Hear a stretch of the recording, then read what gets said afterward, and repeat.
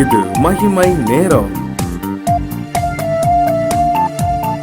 ஆண்டவராகிய இயேசு கிறிஸ்துவின் நாமத்தினாலே மகிமை தொலைக்காட்சி நேயர்களுக்கு என்னுடைய வாழ்த்துதலை தெரிவித்துக் கொள்கிறேன்.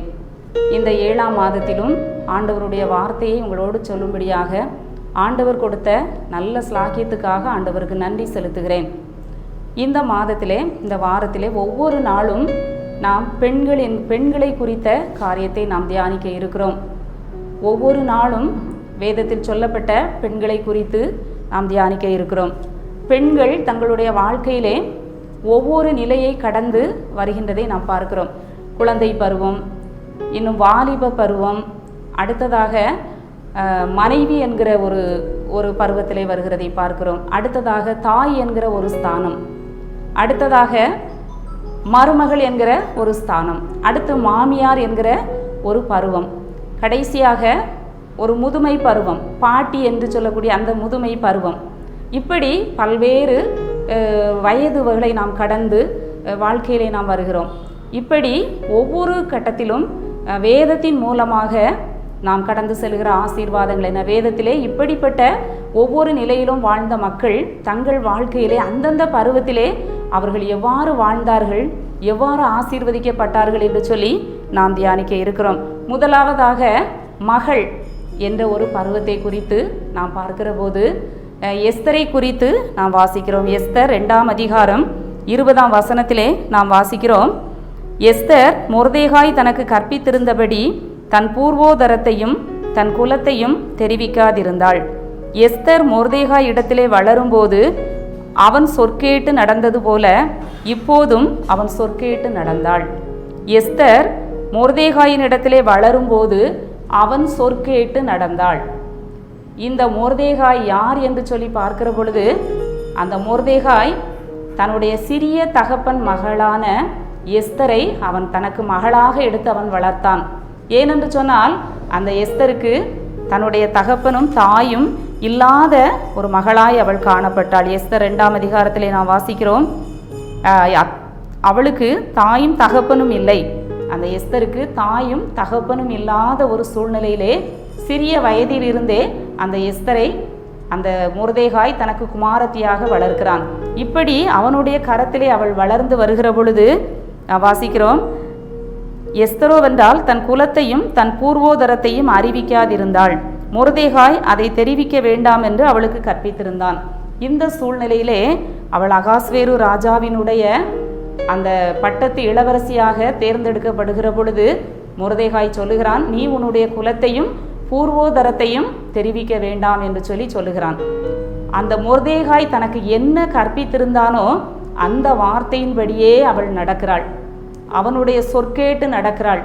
அவன் கற்பித்த வார்த்தையின்படியே அவன் தனக்கு என்ன சொன்னான் என்று சொல்லி அதின்படியே அவள் நடக்கிறதை நாம் பார்க்கிறோம். அவளுடைய சூழ்நிலை தாயும் தகப்பனும் இல்லாத சூழ்நிலை. இன்றைக்கு ஒரு தாயும் தகப்பனும் இல்லாத ஒரு பெண்ணை நம்ம எடுத்துக்கிட்டோம்னு சொன்னால் அந்த பிள்ளைகளுடைய வாழ்க்கை எப்படி இருக்கும்? அந்த பிள்ளைகள் கீழ்ப்படிந்து நடப்பார்களா? அவர்களுடைய வாழ்க்கை எப்படி இருக்கும்? ஆனால் இந்த எஸ்தருடைய வாழ்க்கை அப்படி அல்ல. தனக்கென்று ஒரு தகப்பனை போல வளர்த்த அந்த மொர்தெகாயின் சொல்லை கேட்டு அவள் வளர்ந்ததை நாம் பார்க்கிறோம். பின்னால் நாம் பார்க்கிறோம், 127 நாடுகளுக்கும் அவள் ராஜாத்தியாக உயர்த்தப்பட்டாள். காரணம் அவளுடைய கீழ்ப்படிதல். அந்த எஸ்தரினுடைய அந்த கீழ்ப்படிதல், அந்த சொற்கேட்டு நடக்கிற அந்த கீழ்ப்படிதலான குணம் அவளை வாழ்க்கையிலே உயர்த்தியதை நாம் பார்க்கிறோம்.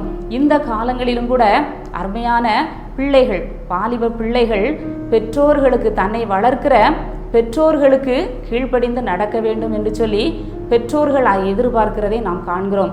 ஆனால் பிள்ளைகளுடைய நிலைமை எப்படி இருக்கிறது? பிள்ளைகள் பெற்றோருக்கு கீழ்ப்படிந்து நடக்கிறார்களா என்று சொல்லி நாம் சிந்தித்து பார்க்க வேண்டும். இந்த காலம் மிகவும் ஒரு கடினமான, கொடுமையான ஒரு காலத்திலே நாம் வாழ்ந்து கொண்டிருக்கிறோம். பெற்றோர்கள் பிள்ளைகளை குறித்து வேதனைப்படுகிறதை நாம் பார்க்கிறோம். எந்த ஒரு காரியத்தையும் குறித்து பெற்றோர்கள் வெளியே சொல்லுவாங்க.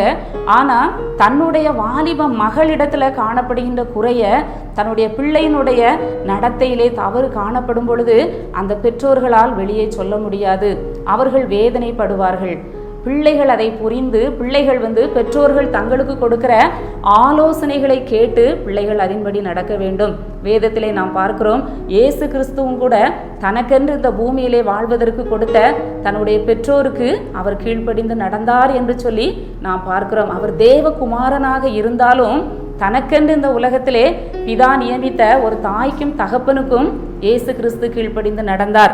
பிள்ளைகளும் என்ன செய்ய வேண்டும்? பெற்றோர்களுடைய ஆலோசனைக்கு கீழ்ப்படிய வேண்டும். ஒருவேளை பெற்றோர்கள் சொல்லுகிற காரியங்கள், பெற்றோர்கள் கொடுக்கிற சிக்ஷைகள் சில நேரத்தில் அவர்களுக்கு கஷ்டமாக கடினமாக தோன்றலாம். அவர்கள் தங்களுக்கு நலமென்று தோன்றினபடி கொஞ்ச காலம் நம்ம என்ன செய்வார்கள்? பெற்றோர்கள் சிக்ஷிப்பார்கள். அவர்களுடைய ஆலோசனைகள், அவர்களுடைய கண்டிப்புகள் சில வேளைகளிலே பிள்ளைகளுக்கு கடினமாக தோன்றலாம். அந்த சிக்ஷையின்படி பிள்ளைகள் அதை கீழ்ப்படிந்து நடக்காவிட்டால் அவர்கள் பாதை மாறி செல்வதற்கு வழி உண்டு. இன்றைக்கு அநேக பிள்ளைகள் கீழ்ப்படியாதபடி தங்களுடைய வாழ்க்கையை தானே அமைத்துக் கொள்கிறோம் என்று சொல்லி தவறான பாதையை தேடி அலைகிறதை நாம் பார்க்கிறோம். அதனுடைய முடிவு வேதனையிலே கொண்டு போய் முடிகிறதை நாம் பார்க்கிறோம். கர்த்தர் நமக்கு ஈவாய் கொடுத்த பெற்றோர்கள், இன்னைக்கு எத்தனையோ பிள்ளைகள் பெற்றோர்கள் இல்லாமல் இருக்காங்க.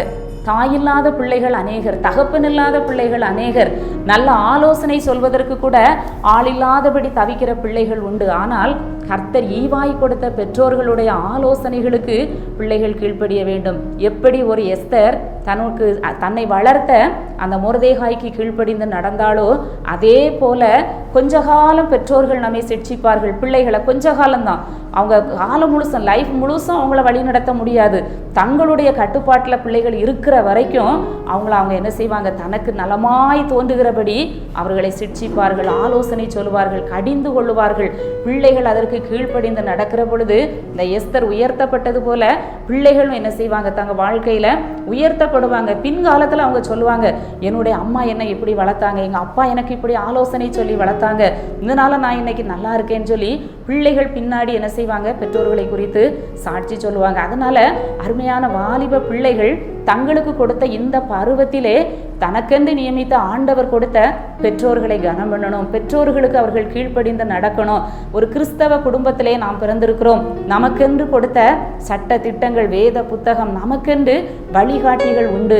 நாம் அதற்கு கீழ்ப்படிந்து நடக்க வேண்டும். அப்பொழுதுதான் இந்த பூமியிலே ஆண்டவர் நமக்கு கொடுத்த ஆசீர்வாதங்களை நாம் ஏற்ற காலத்திலே சுதந்திரிக்க முடியும். அதான் வேதம் சொல்லுகிறது, ஏற்ற காலத்திலே தேவன் உங்களை உயர்த்தும்படிக்கு அவருடைய பலத்த கைக்குள் அடங்கி இருங்கள். பெற்றோர்களுக்கு அடங்கி அவர்கள் சொல் கேட்டு அவர்கள் நமக்கு கற்பித்த பிரகாரம் நாம் நடக்கிற பொழுது நிச்சயமாகவே நம்முடைய வாழ்க்கை ஆசீர்வாதமாக இருக்கும்.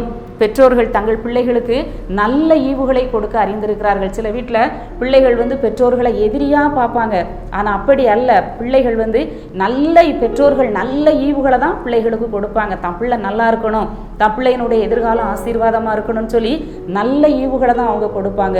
பிள்ளைகள் அதை புரிந்து அந்த வழியிலே நடக்கிற பொழுது, பெற்றோர்களுடைய ஆலோசனைக்கு கீழ்ப்படிந்து நடக்கிற பொழுது அவர்கள் நல்ல ஆசீர்வாதத்தை பெறுவார்கள் என்பதிலே சந்தேகமில்லை. இந்த காலை வேளையிலே நாம் ஜெபிப்போம். எங்களை நேசிக்கிற நல்ல ஆண்டவரே, இந்த அருமையான காலை வேளைக்காக உம்மை துதிக்கிறோம், உம்மை ஸ்தோத்தரிக்கிறோம். ஆண்டவரே, பிள்ளைகளுக்கு நீங்கள் கொடுத்த நல்ல ஆலோசனைகளுக்காக உமக்கு நன்றி செலுத்துகிறோம். ஆண்டவரே, பிள்ளைகள் பெற்றோர்களுக்கு கீழ்ப்படிந்து நடக்க, அவர்களுடைய ஆலோசனைக்கு கட்டுப்பட்டு நடக்க அவர்களுக்கு உதவி செய்யும். மீட்பர் இயேசு கிறிஸ்துவின் மூலம் ஜெபிக்கிறோம் நல்ல பிதாவே, ஆமென்.